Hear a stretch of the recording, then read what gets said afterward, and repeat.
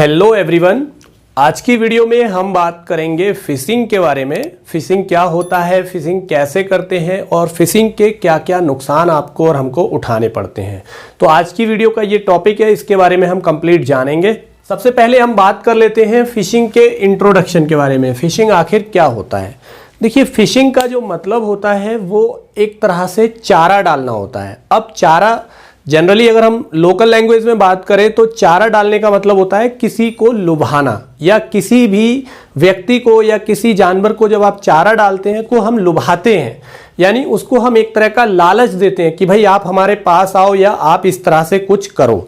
चलिए इसको थोड़ा सा और आसान कर लेते हैं, इसको और आसानी से समझने की कोशिश करते हैं कि जिस तरह से जब हमें मछली को पकड़ना होता है, यानी जब हम फिश कैच करते हैं तो उस समय क्या है, हम एक डंडे की मदद से, यानी एक डंडे की मदद से एक कांटे को लगाकर उसमें एक चारा लगाते हैं।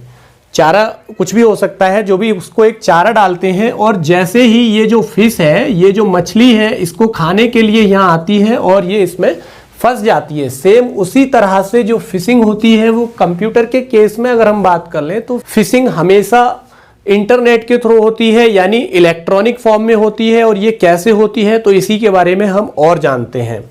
देखिए, फिशिंग जो होती है वो हैकर्स करते हैं, यानी हैकर्स आपको एक तरह का चारा डालते हैं। आपको कोई ईमेल करते हैं, कोई लिंक शेयर करते हैं, फिर चाहे वो व्हाट्सएप की मदद से हो या फिर अदर किसी सोशल मीडिया की मदद से कोई भी लिंक शेयर करते हैं जिस पर आपको एक तरह का लालच दिया जाता है। आपको वो बोलते हैं कि अगर आप इस लिंक पर क्लिक करते हैं तो आपको रुपए मिलेंगे, या आपको कोई मोबाइल मिलेगा इनाम में, या आपको कोई बोनांजा ऑफर लगा है।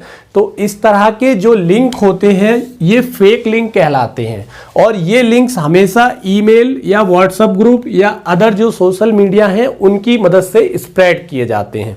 तो जनरली होता क्या है, जब ये लिंक किसी यूजर के पास पहुंचते हैं तो वह यूजर थोड़े से लालच में आ जाता है, यानी फिशिंग का शिकार हो जाता है। जैसे कि ये मछली चारे को देखकर कांटे में फंस गई, ठीक उसी तरह से जब कोई यूजर उस लिंक पर क्लिक करता है, उसको दिखता है कि यह मुझे मोबाइल मिलेगा या कुछ पैसे मिलेंगे, तो जैसे ही वो यूजर उस लिंक पर क्लिक करता है तुरंत ही उस लिंक जो है रीडायरेक्ट करता है उसको किसी ऑफिशियल वेबसाइट पर। यानी वो वेबसाइट फेक होती है बट उसको लगता है कि ये किसी चीज की ऑफिशियल वेबसाइट है, फिर चाहे वो कोई भी वेबसाइट हो सकती है।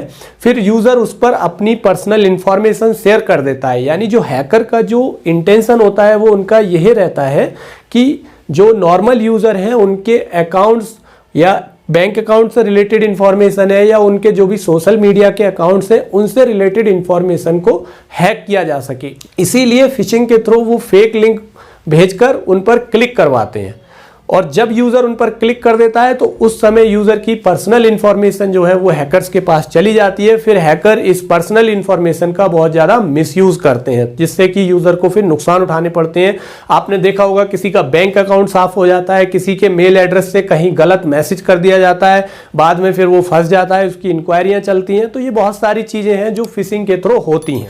नेक्स्ट बात कर लेते हैं, फिशिंग के थ्रू कोई भी हैकर आपकी पर्सनल इंफॉर्मेशन चुरा सकता है, आपके व्हाट्सएप अकाउंट को क्रैक कर सकता है, फेसबुक अकाउंट को हैक कर सकता है, जीमेल अकाउंट को हैक कर सकता है और इनका मिसयूज कर सकता है। फिशिंग को करने का रीजन सिर्फ आपके इलेक्ट्रॉनिक डेटा की चोरी को करना होता है। यानी अगर आपका इलेक्ट्रॉनिक डेटा चोरी होता है तब उस समय आप अपना बहुत कुछ गवा देते हैं, आपका काफी लॉस हो जाता है। फिर चाहे इलेक्ट्रॉनिक डेटा आपका कोई बैंक अकाउंट डिटेल्स हो सकता है या आपके पर्सनल वीडियोस और इमेजेस हो सकते हैं। नेक्स्ट पॉइंट की अगर हम बात कर लें तो फिशिंग जो है हमेशा एक लिंक के माध्यम से की जाती है। फिशिंग को करने के लिए हमेशा जो हैकर्स होते हैं वो किसी लिंक को भेजते हैं। आपको वो जीमेल कर सकते हैं, आपको व्हाट्सएप की मदद से लिंक भेज सकते हैं, या आपको अदर सोशल मीडिया की मदद से कोई भी लिंक भेज सकते हैं। तो हमेशा आपको ध्यान रखना है, इस तरह के अगर आपको कोई लिंक मिलते हैं तो इन पर कभी आपको क्लिक नहीं करना है, कभी भी इनके लालच में नहीं आना है। क्योंकि हमारी जो इंसानी प्रवृत्ति होती है वो लालची होती है, हमें लालच रहता है कहीं ना कहीं। तो जैसे ही हम इस तरह के लिंक को देखते हैं हम मजबूर हो जाते हैं उस पर क्लिक करने के लिए, और जैसे ही हम उन पर क्लिक करते हैं तो उस समय हम अपनी इलेक्ट्रॉनिक इंफॉर्मेशन जितनी भी है इलेक्ट्रॉनिक फॉर्म में, जो हमारा डेटा होता है वो हम लोगों के साथ शेयर कर देते हैं, यानी हमारा डेटा चोरी हो जाता है। नेक्स्ट पॉइंट की बात कर लें तो इसमें बताया गया है कि जैसे ही आप किसी लिंक पर क्लिक करते हैं ये आपको रीडायरेक्ट करता है किसी ऑफिशियल वेबसाइट पर, बट वो वेबसाइट फेक होती है। कैसे, थोड़ा सा जान लेते हैं। जैसे मान लीजिए आपने किसी लिंक पर क्लिक किया तो आपको वो ले जाएगा gmail.com पर, लेकिन इतना माइनर सा डिफरेंस होता है, आप उसको जज नहीं कर पाते हैं कि ये gmail.com ओरिजिनल है या लोकल है।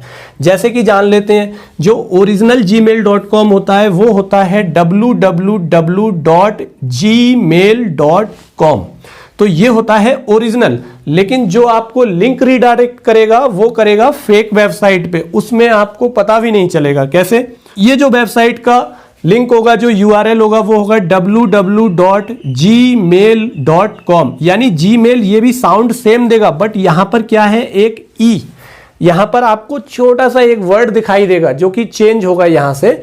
तो इसको आप इस तरह से इसमें जज कर सकते हैं, लेकिन जो जनरली जो नॉर्मल यूजर होते हैं उनको ये चीजें पता नहीं चल पाती हैं और वो आगे लिंक पर क्लिक करते जाते हैं और सारी इंफॉर्मेशन अपनी हैकर्स को दे देते हैं।